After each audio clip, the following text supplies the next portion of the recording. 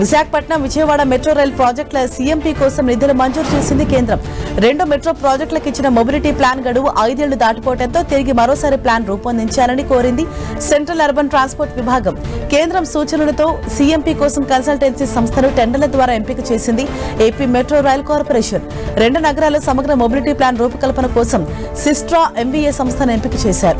విశాఖలో 84.47 లక్షలు, విజయవాడలో 81.68 లక్షలతో ఈ సంస్థ plan రూపొందించనుంది.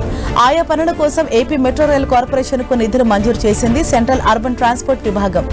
Visakha Vijayawada metro rail ప్రాజెక్టుకు సంబంధించి విశాఖలో మొత్తంగా 3 కారిడార్లలో ఈ మెట్రో రైల్ ప్రాజెక్టుకు ఆమోదం లభించింది. వైజాగ్ స్టీల్ ప్లాంట్ నుంచి కొమ్మాదికి 34.4 కిలోమీటర్లు, గురుద్వారా నుంచి ఓల్డ్ పోస్ట్ ఆఫీస్ కు 5.08 కిలోమీటర్లు, తాడిచెట్లపాలెం నుంచి చినవాల్తేర్ 6.75 కిలోమీటర్లు.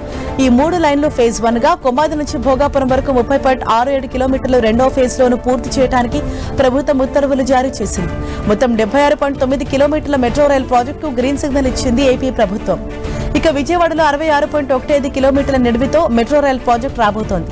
మొదటి ఫేజ్ లో 38.4 కిలోమీటర్లు, రెండో ఫేజ్ లో 27.75 కిలోమీటర్లు మెట్రో రైల్ నిర్మాణం చేపట్టనున్నారు. మొదటి ఫేజ్ లో 1152 కోట్లతో భూసేకరణ చేయనుండగా 11,009 కోట్లతో మెట్రో రైల్ నిర్మాణం చేపట్టనున్నారు. గన్నవరం నుంచి పండిట్ నెహ్రూ బస్టాండ్, పండిట్ నెహ్రూ బస్టాండ్ నుంచి పెనమలూరు, పండిట్ నెహ్రూ బస్టాండ్ నుంచి అమరావతికి ఇలా 3 కారిడార్లలో విజయవాడ మెట్రో రైల్ నిర్మాణం చేపట్టేందుకు ఏపీ ప్రభుత్వం నిర్ణయించింది.